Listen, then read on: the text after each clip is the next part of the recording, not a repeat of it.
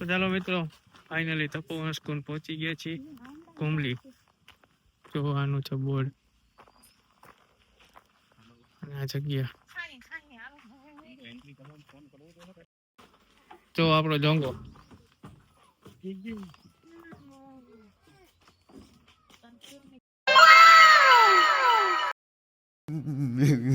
मेरे को जाना पड़ेगा, मेरे को जाना पड़ेगा, मेरे को जाना पड़ेगा.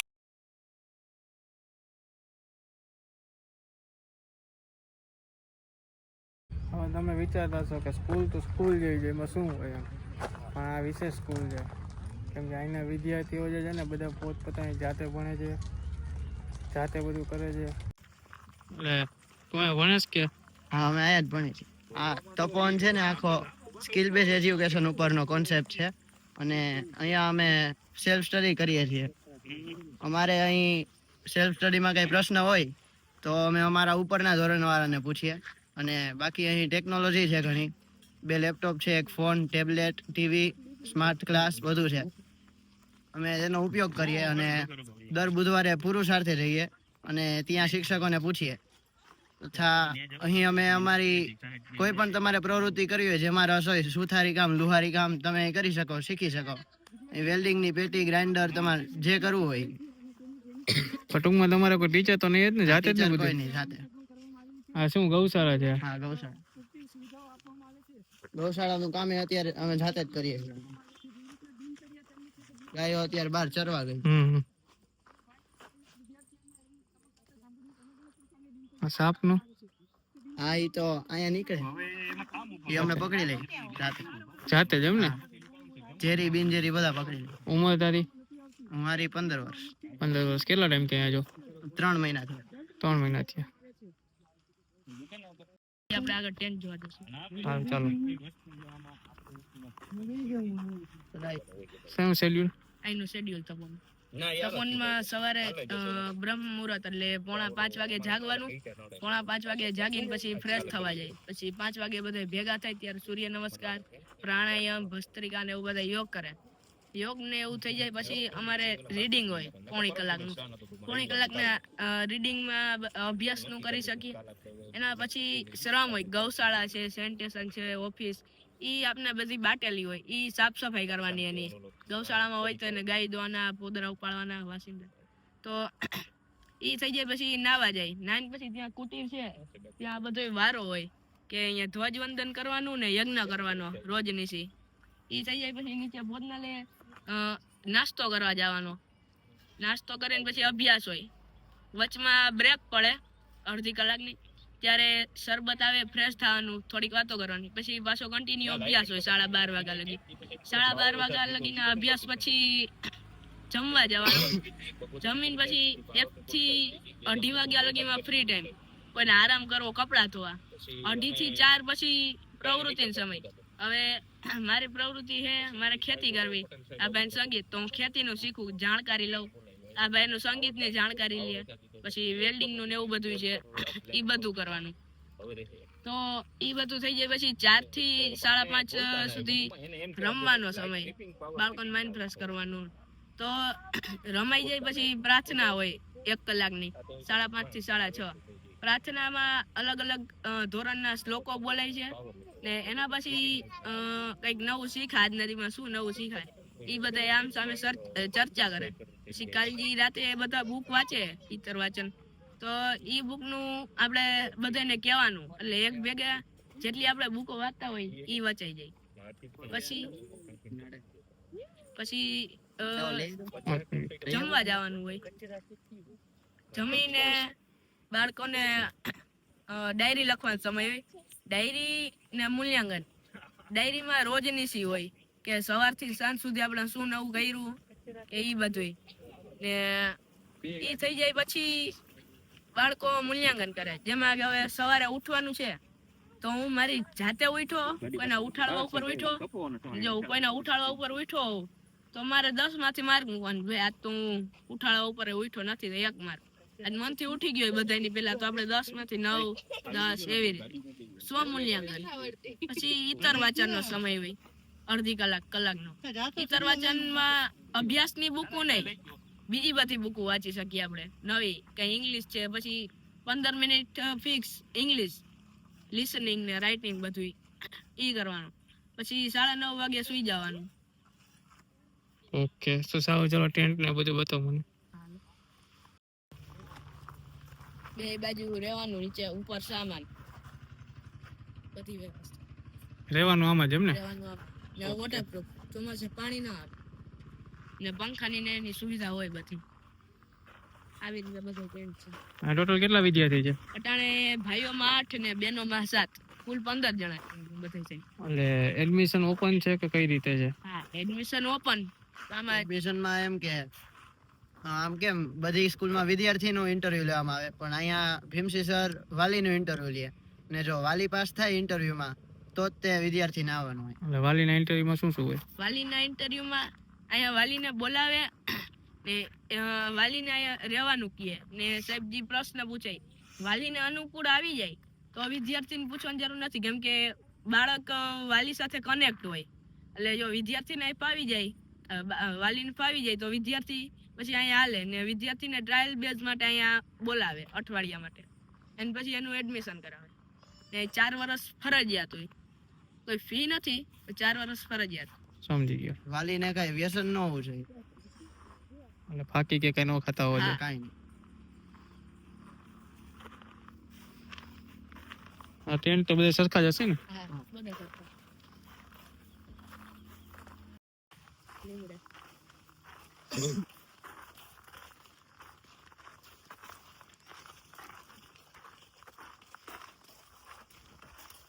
અહીંયા અમાર લીમડા હિંચકા છે 2 પછી ઉપર માચડો હોય એની જેમ બનાવ્યું ખાટલા બાંબુના બધું જાતે જ બનાવ્યું છે પ્રવૃત્તિનો સમય જ બનાવે બાળકો બધું ઓકે. ઉપર ત્યાં પછી બેસીને અભ્યાસ કરે એટલે પોતપોતાની જાતે જ બનાવવાનું એમ ને? હા પ્રવૃત્તિના સમયમાં જેને આ શોખ હોય એ બનાવે પછી બધાને ત્યાં રહેવાનું ને સ્ટડી કરવાનું. આગળ વર્કશોપ જોવા વર્કશોપ ઓફિસ એટલે શેની ઓફિસ છે તમારે? અમારે અહીંયા લેપટોપ નું ને પછી ટીવી નું ને એવું વર્ક હોય કઈ ઈ કરવાનું.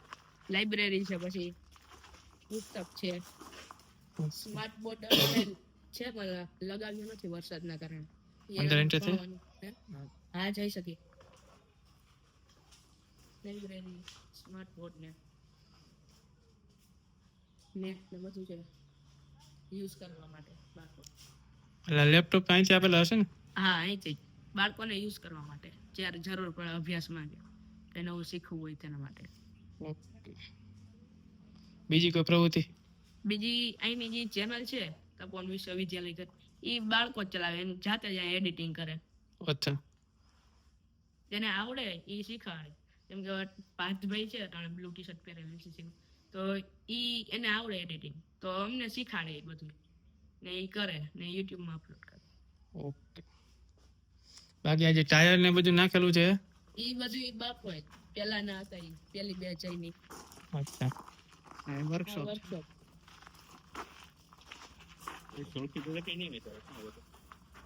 બધી એક્ટિવિટી નો સામાન પડ્યો રમત ગમત નો સામાન છે વેઇટલિફ્ટિંગ નું છે ક્રિકેટ નું બધું કે તરવા જાય તો ટ્યુબ એટલે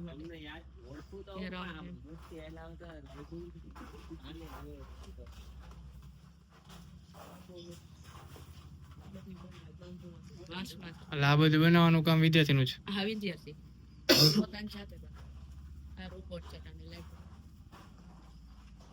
લાઈટ વાળા રોબોટ એમ ને? હા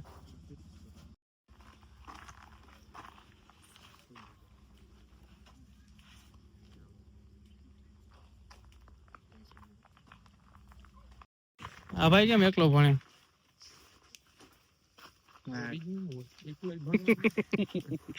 એકલા જ ભણે જાતે ભણે. અને આ જે સ્કૂલના માલિકનો છોકરો પોતે અને એ અહીંયા જ ભણે છે તો શું કેવું સ્કૂલ વિશે કઈ? બસ આ બધી બીજી શાળા કરતા એક અનોખો પ્રયોગ છે જ્યાં વિદ્યાર્થીઓ બધા જાતે ભણે છે. અહીંયા સ્કિલ બેઝ એજ્યુકેશન છે એટલે કે બધી સ્કૂલમાં એવું હોય ખાલી ભણ્યા જ રાખવાનું એ 4 દિવાલની વચ્ચે ભણ્યા રાખવાનું. અહીંયા તો બાળકોને જ્યાં મજા આવે ને ભણે. અહીંયા ઝાડવા નીચે ભણે, ઘણા ઝાડવા ઉપર ચડીને પણ ભણતા હોય છે. એટલે અહીંયા ખાલી બાળકના ભણતર ઉપર નહીં પણ એને આગળ જઈને શું કરવું એને વધારે ધ્યાન આપવામાં આવે છે. એટલે કે બાળકની અંદર જે સ્કિલ રહેલી હોય છે એને જાગૃત કરવાની. અમે બધાની અંદર કાંઈક ને કાંઈ સ્કિલ હોય તો અમે મારી સ્કિલ સંગીતની છે તો હું તેના ઉપર વધારે ધ્યાન આપું એમ કે આગળ જઈને સંગીતમાં એવું શું સારું કામ કરી શકું. એટલે બધાએ પોતાની સ્કિલને અંદર અહીંયા ફોકસ વધારે કરે છે. એટલે એમને બધા વિદ્યાર્થીની ઘોરે તું રહેશ કે પછી તારે બધાની સાથે અલગ ટ્રીટમેન્ટ નહીં ને એમ? ના કઈ. સારું, ચાલો. તો આ હતી તપોવન સ્કૂલ, અને હવે જાશું આપણે લેડીઝ માટે જે હોસ્ટેલ બનાવે છે તે જોવા માટે. એ આ જ સ્કૂલની બીજી પુરુષ સ્કૂલ છે, ત્યાં ભણતી મહિલાઓ માટે, બહેનો માટે બધી બનાવેલું છે. તો ચાલો એ બતાવીએ હવે.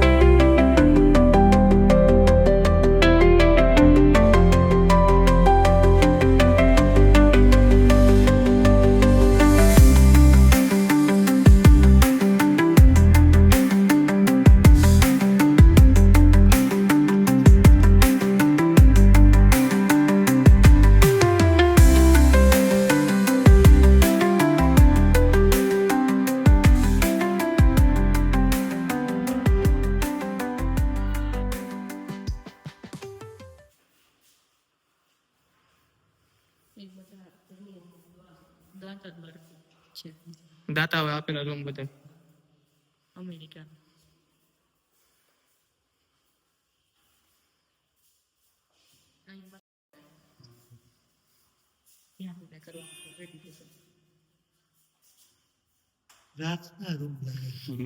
બધા બહેનો હવામાં પ્રાર્થના રહું.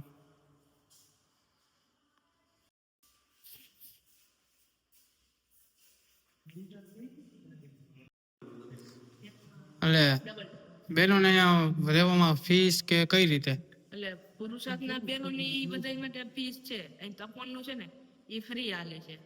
અટાણે બહેનોની હોસ્ટેલ આ બની એટલે ખાલી હજી રહેવા આવે પછી બધું થઈ જાય એટલે રહેવાનું જમવાનું બધું અહીં. એટલે એની ફીસ થાય ને? હા, એની ફીસ થાય. અમુક દીકરીઓને મુક્ત છે ફી વિના. અટાણે એમાંથી દીકરીઓ અહીં શું આવે છે, બાકી જે થઈ જશે ને ત્યારે અહીંયા જ રહેવાનું છે. પુરુષાર્થમાં તો ગમે એને એડમિશન દે છે ને કે એમાં આની ઘરે ઇન્ટરવ્યુ ઉપર જ છે? ના, એ અલગ છે. આખું આપણી રેગ્યુલર સ્કૂલ હોય ને એની જેમ છે. આ ગુરુકુળ પરંપરા દ્વારા. ગુરુકુળ પરંપરા, બરોબર. સારું, ચાલો આ હતી પુરુષાર્થ સ્કૂલ અને તપોવન સ્કૂલ. અને હવે આપણે જાશું ભાઈની ઘરે જમવા માટે. તો બાકીનો વિડીયો પછી ચાલુ કરીએ. તો જોતા રહેજો વ્લોગ, અને લાઈક, શેર અને સબસ્ક્રાઈબ કરી દેજો.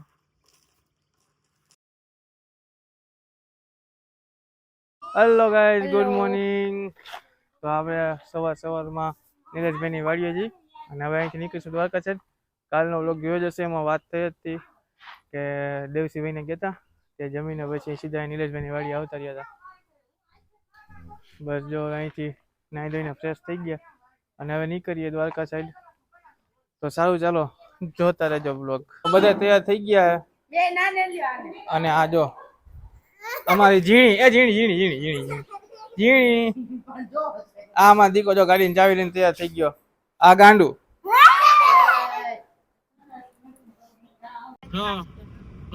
નીકળી ગયા છે. ઋતુભાઈ આવી ગયા કે બેસવા માટે. ઋતુ સીધ જવું હે દ્વારકા. શું કરવા માટે? વાલા હા, હું દર્શન કરવા હે. હા સારું હો. આરામ હાય કહી દો. હા,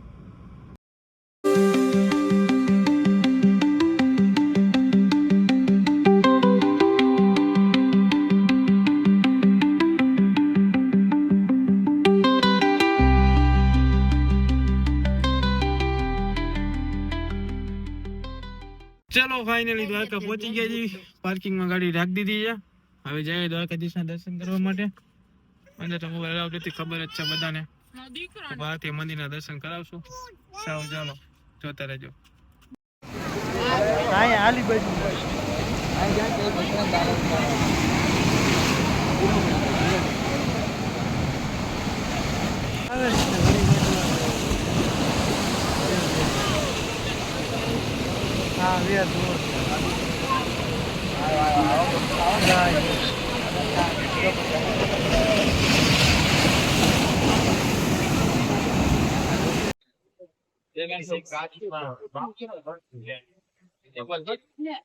આડું કપડું છે દેખાશે નહીં, જોઈ લ્યો તજા. દ્વારકાધીશ ને મોબાઈલ જમા કરાવી દેશું ને જશું દર્શન કરવા માટે. લો દર્શન કરી નીકળી ગયા. બધાને ગરમી બહુ ચડી ગઈ છે. પાણીની બોટલ ખાલી કરે. હાલો ચાલુ કર્યો બોલ. ઋષિએ પાણી ઢોળ્યું, ક્યાં ઢોળ્યું? ઓ બાપા રે, આ ગાંડું છે. બસ હાલો બાય કરી દો. હાલો ચાલો ગાડીમાં બધા ગોઠવાઈ ગયા. હવે જાશું જમવા માટે. માનત ખાવું હવે જમવા રાઈ ગયા ને ભૂખ બધાને. સારું હાલો તો જમવા જાય. જમવા જવું તો આનું તો મોડું ચાલુ થઈ ગયું અત્યારે. આમ જો બસ લે ખાવાનું શું હાલ રે ભાઈ.